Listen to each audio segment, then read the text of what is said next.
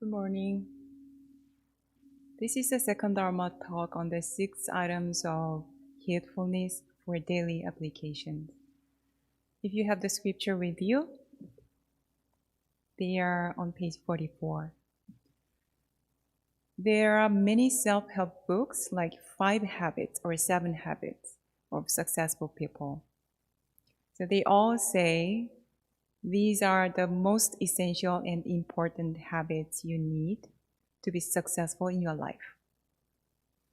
I would say these 6 items are like Master Sotaesan's version of the 6 habits to cultivate mindfulness in daily life. If you want to set up a daily routine for your practice, these 6 items probably can give you some idea. In my previous Dharma talk, I talked about the first item, be heedful to make choices with sound thought. And today, I'm going to talk about the second item. Before engaging in an application, be heedful to study for it in advance by observing the circumstances of the application. The first item is about the mindful choice and action. This is the golden rule of our practice. And the other 5 kind of support this first one. So the second item, is basically saying that if you want to make choices with sound thought, you need to look ahead and prepare. The first item is the practice that we can do when we are engaged in certain situations, while the second one is the practice that we can do before we actually get engaged in the situation. It says, before engaging in an application, be heedful to study for it in advance by observing the circumstances of the applications. So some people don't like the word study, but the word study here does not mean that you have to do the research on it. It means that you have to look ahead to see how things are likely to change. So let me give you an example. One of my works at the One Dharma Center is to take care of self-retreats. 2 weeks ago, a self-retreat guest checked out and left. I was supposed to go to the guest room to check things out and clean. But I did not feel like doing this. Sunday afternoon is supposed to be relaxing, isn't it? So I did not go, thinking I can do it tomorrow. At this moment, one of the ministers told me that there would be thunderstorm soon. I realized that I have to at least check the windows. So I went to the guest house. All the windows and the door at the hallway were open. So I closed them. About 1 hour after, it started to rain. It was pouring. If that minister did not tell me that, I would not check the rooms. Therefore, the wooden floor and the room of that guest house would have gotten wet.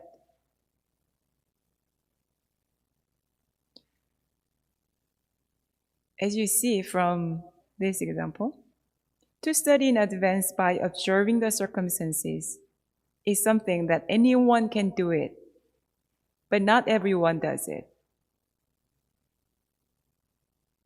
So pausing for a moment and asking yourself, what's going to happen this afternoon, tomorrow, and later on this week? How are things going to change? This attitude of looking ahead and thinking about the future is very helpful. It can be tomorrow or next day or next year or later on this life. If you are mindful to maintain this attitude of studying the circumstances before you take an action, it will help you to respond more appropriately. You can find a similar episode in the scripture of Won Buddhism. 100 years ago in Korea, the roofs of the most houses in rural area were thatched with straw. One day, a disciple was thatching the roof of a house at the headquarters. He only laid out the straw but did not tie it down with rope.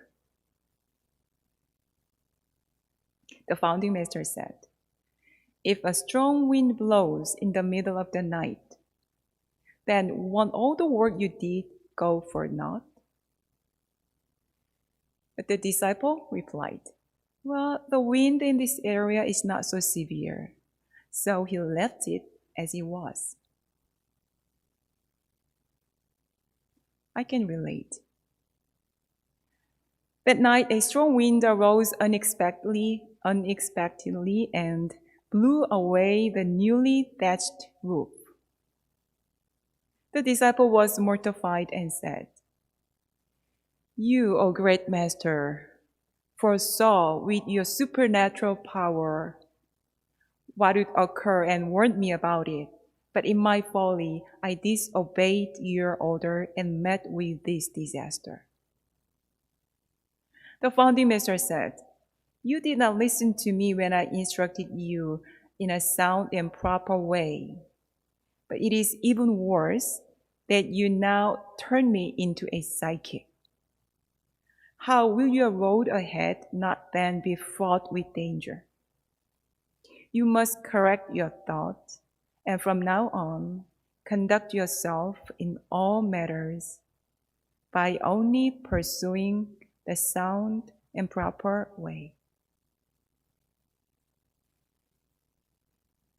The definition of the sound is based on reason, sense, and judgment. So in this episode tells us that to practice the second item, you don't need great special ability.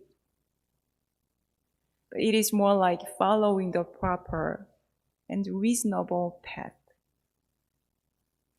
It is very obvious if wind blows, the untied straw will be blown, right? We sometimes procrastinate, not just doing some work, but also thinking about the future for various reasons.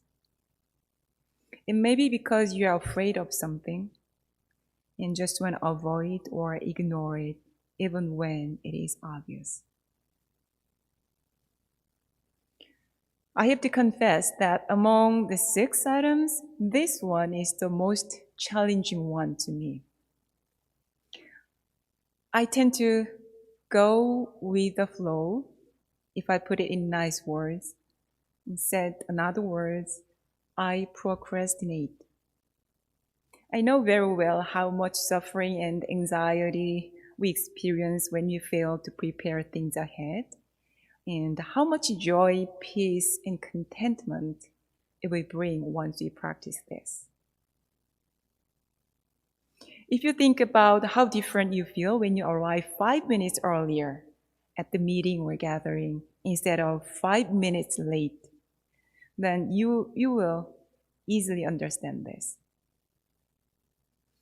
I'm kind of the person who arrives like 10 seconds before or 10 seconds late. So during this 20 seconds, I feel great anxiety. When I went to high school, every morning I had to literally run from the bus station to my high school not to be late. So to me, it's always inspiring to see people who are good at preparing. Luckily, I have many great ministers who are friends around me who are good practitioners of this. Reverend Na is one of them. Some of you know Reverend Na. She's acupuncturist of One Dharma Center, and she's good at cooking.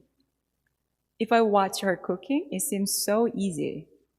So unlike me, she doesn't make any fuss. I watched her and found out the secret. The previous day before she cooks, she gets the recipe ready and then make sure if we have all ingredients needed for that menu in our refrigerator.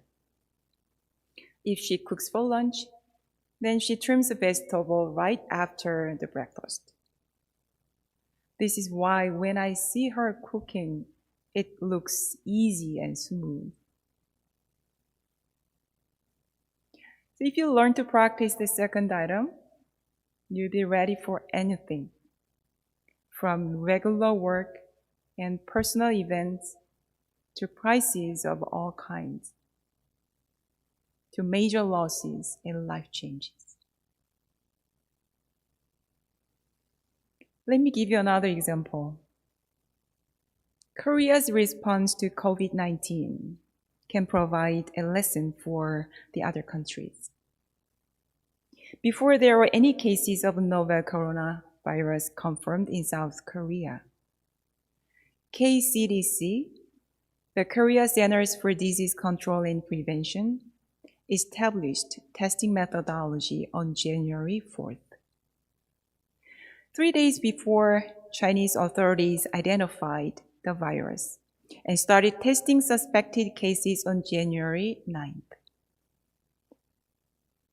The first cases of COVID-19 in South Korea and the United States were both detected on January 20th.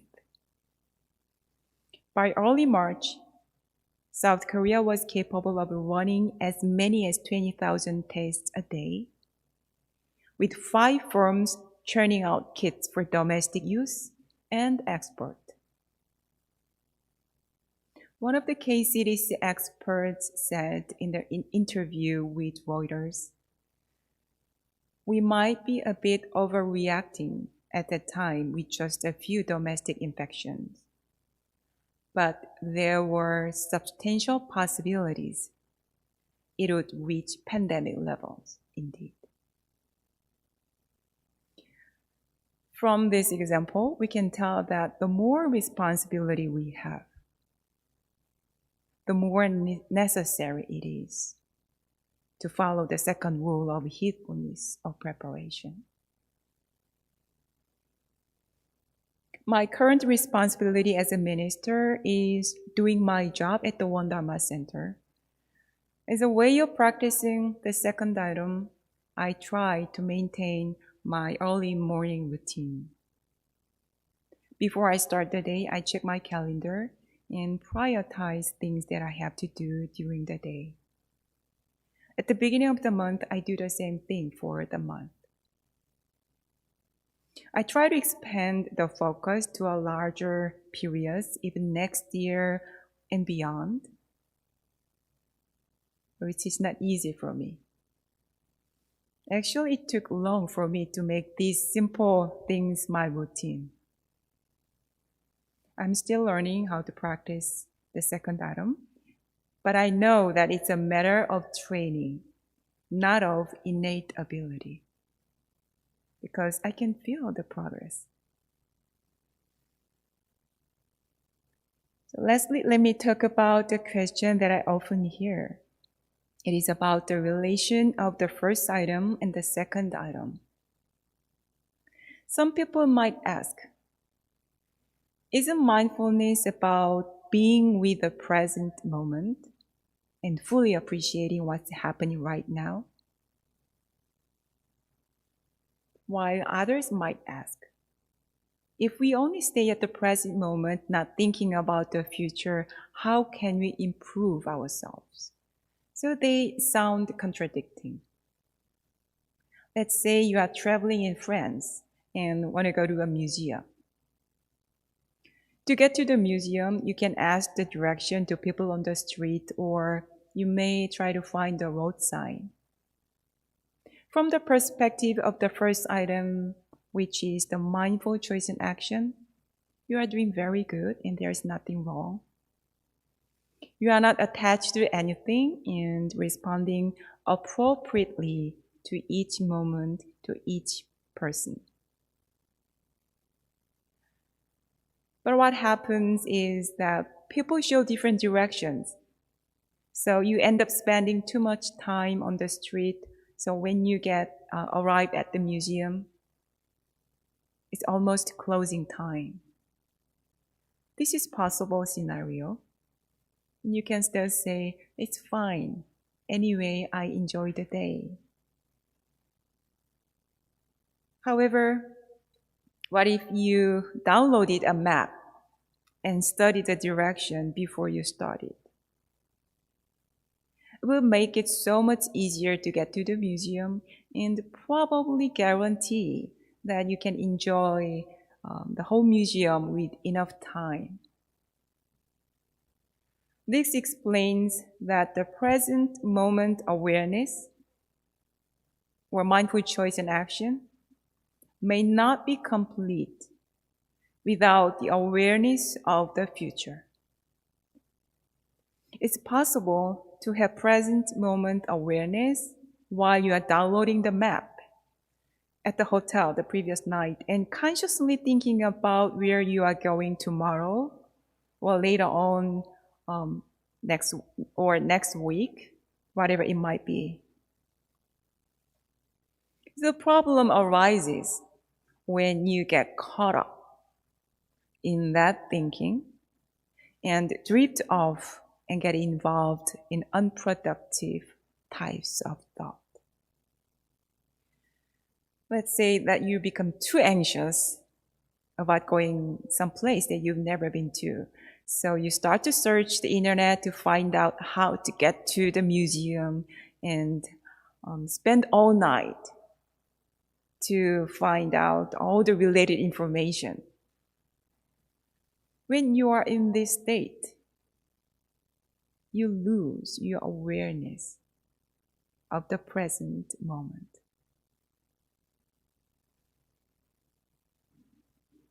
So I think it's a matter of balance.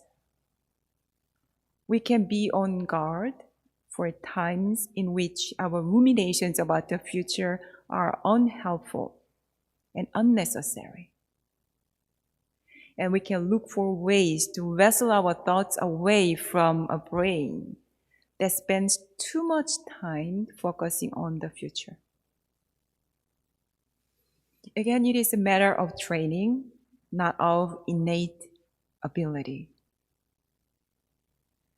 So I hope you all can continue this practice and deepen our practice with this second item. Thank you for listening to my Dharma talk today.